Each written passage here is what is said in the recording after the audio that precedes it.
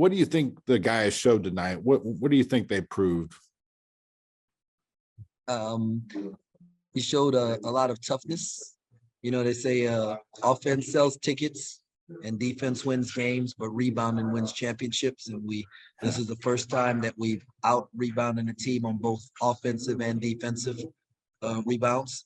And, you know, I thought, they were a really good offensive team, and they were in a rhythm in the second half. It was the first time in the second half that our defense was better in the second half than the first, and it was away from our bench. So we grew up some there talking to each other.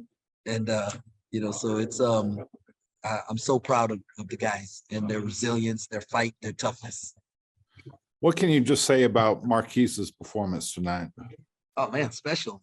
Only the 5th time in school history, 2010 game. And, just the big plays after big plays. Big time players make big time plays and big time moments. And that was a big time moment for us. And he stepped up and his team trusted him. I'm sorry, you got cut off. I said, big time players make big time plays and big time moments.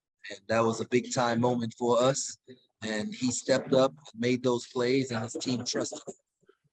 And what kind of duo can he be with Keontae? They just seem like a pretty good 1-2 punch right now. Yeah, they were a great 1-2 punch tonight. And I've said all along, my goal is that every night we have a different person, who you guys are asking me these same type of questions about. And that way teams can't just lock in on a couple guys. But, somebody must have said something to him about being from New York or something, because he was on one. It was kind of cool. Thanks. Congratulations. Thank you. Go ahead, Michael. Yeah, Coach Tang, the last play of regulation, what are you trying to get out of that? And we work on it every day in practice, in the game situation. And, we want a high ball screen, get Marquise going downhill, have guys crash in the glass, and give him an option to either make a shot or make a play for somebody else. And, I liked our poise in that moment, and we were prepared for it. Is your preference to get a shot on the interior in that situation? Yeah, we want to live in the paint. And in the first half, we had 16 possessions where we got a paint touch, and we had a 1.9 OER. And then when we didn't get a paint touch, there were 7 of them that we didn't get a paint touch. We had a 0 OER. And so in the second half, every time we touched the paint, something good happened.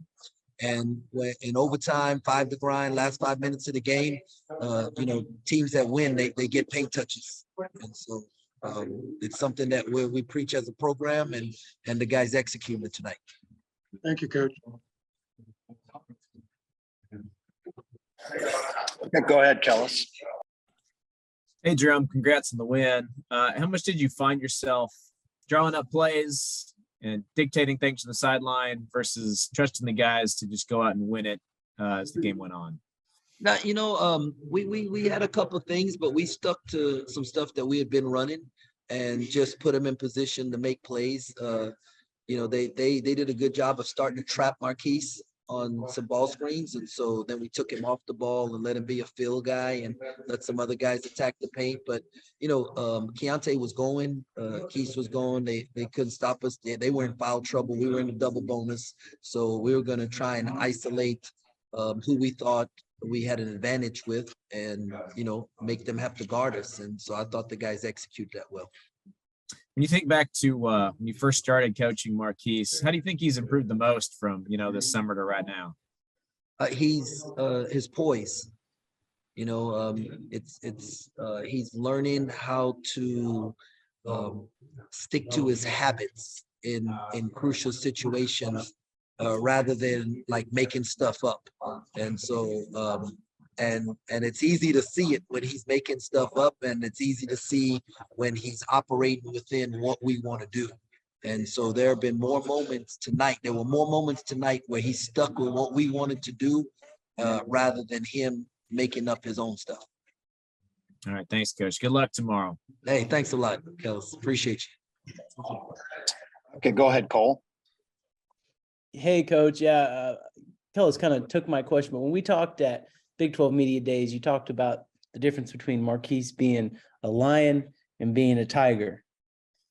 How did you feel like he was in that aspect tonight? Well, throughout the course of the game, I thought he was a Lion and he was with this group and, he got people the ball. But when we got to the end of regulation and overtime, it was time for him to be a Tiger and go eat what he kills. And he did a great job.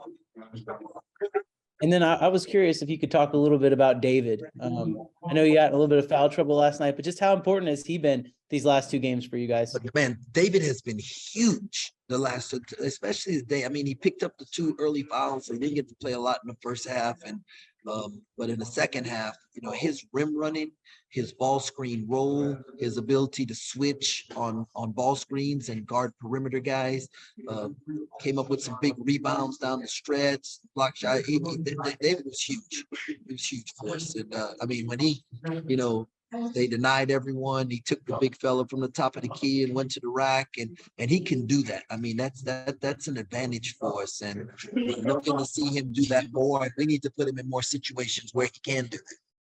All right, thanks, Coach. Thank you, Cole.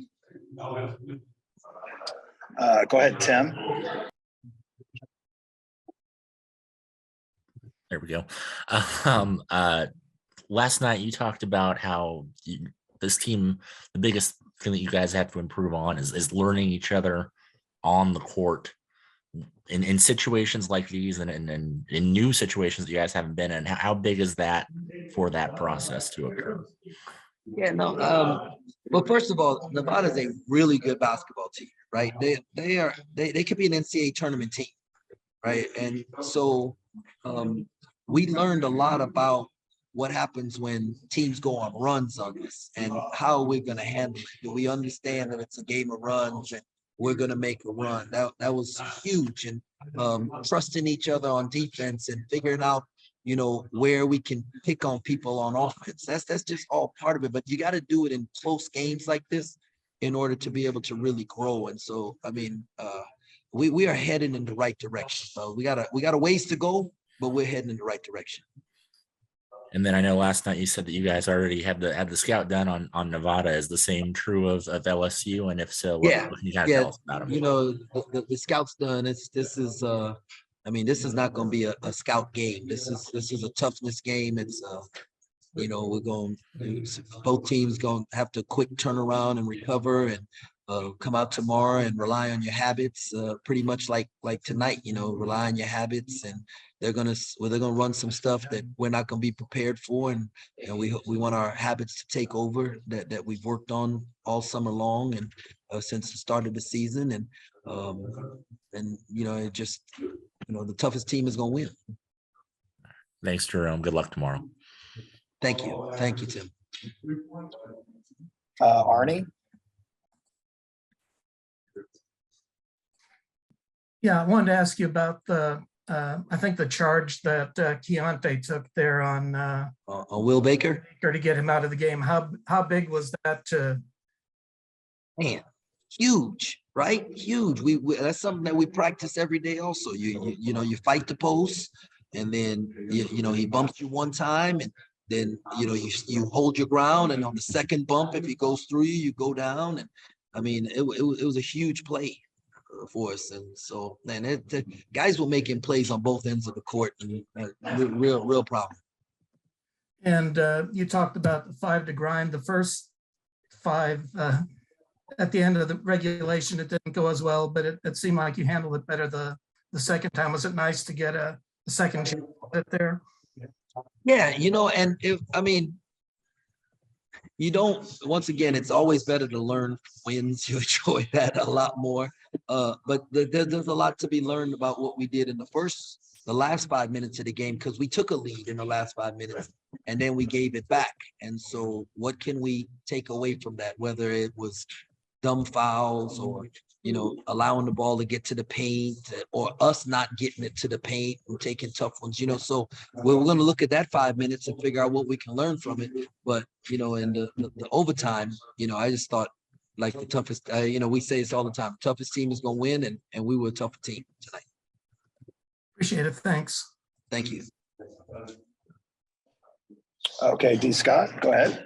I think you had one more. You're Right. still on mute.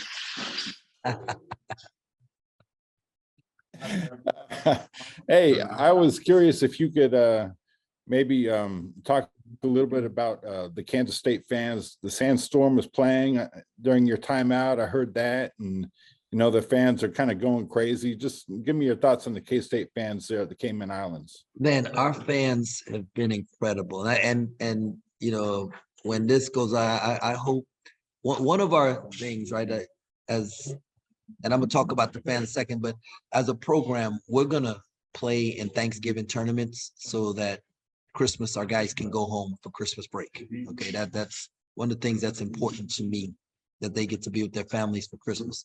And for Thanksgiving, we're gonna pick tournaments on the islands, right? So I want our fans to start saving up and putting it on their calendar and stuff, because we got a great crowd here tonight.